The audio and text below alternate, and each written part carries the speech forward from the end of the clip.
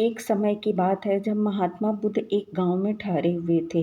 वे प्रतिदिन शाम को वहां पर सत्संग करते थे। भक्तों की भीड़ होती थी क्योंकि उनके प्रवचनों से जीवन को सही दिशा का बोध प्राप्त होता था। बुद्ध की वाणी में गजब का जादू था। उनके शब्द श्रोता के दिल में उतर जाते थे। एक युवक प्रतिदिन बुद्ध का प्रवचन सुनता था। एक दिन जब प्रवचन समाप्त हो गए तो वह बुद्ध के पास गया और बोला, महाराज, मैं काफ़ी दिनों से आपके प्रवचन सुन रहा हूँ, किंतु यहाँ से जाने के बाद मैं अपने गृहस्थ जीवन में वैसा सदाचरण नहीं कर पाता जैसा यहाँ से सुनकर जाता हूँ। इससे सत्संग के महत्व पर शंका भी होने लगी है। बताइए मैं क्या करूँ? बुद्ध ने युवक को बांस की एक टोकरी देते हुए उसमें पानी भरकर लाने के लिए कहा। युवक टोकरी में जल भरने में असफल रहा।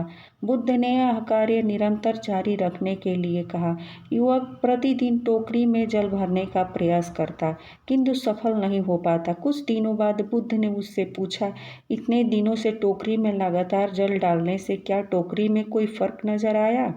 युवक बोला, एक फर्क जरूर नजर आया है। पहले टोकरी के साथ मिट्टी जमा होती थी, अब वह साफ दिखाई देती है। कोई गंदगी नहीं दिखाई देती और इसके छेद पहले जितने बड़े नहीं रह गए, वे बहुत छोटे हो गए हैं। तब बुद्ध ने उसे समझाया, यदि इसी तरह उसे पानी में निरंतर डालते रहोगे तो कुछ ही दिनों में ये छेद फूलकर बंद हो जाएंगे और टोकरी में पानी भर पाओगे। इसी प्रकार जो निरंतर सत्संग करते हैं उनका मन एक दिन अवश्य निर्मल हो जाता है और गुणों के छिद्र भरने लगते हैं और गुणों का जल भरने लगता है। युवक ने बुद्ध से अपनी समस्या का समाधान पा लिया।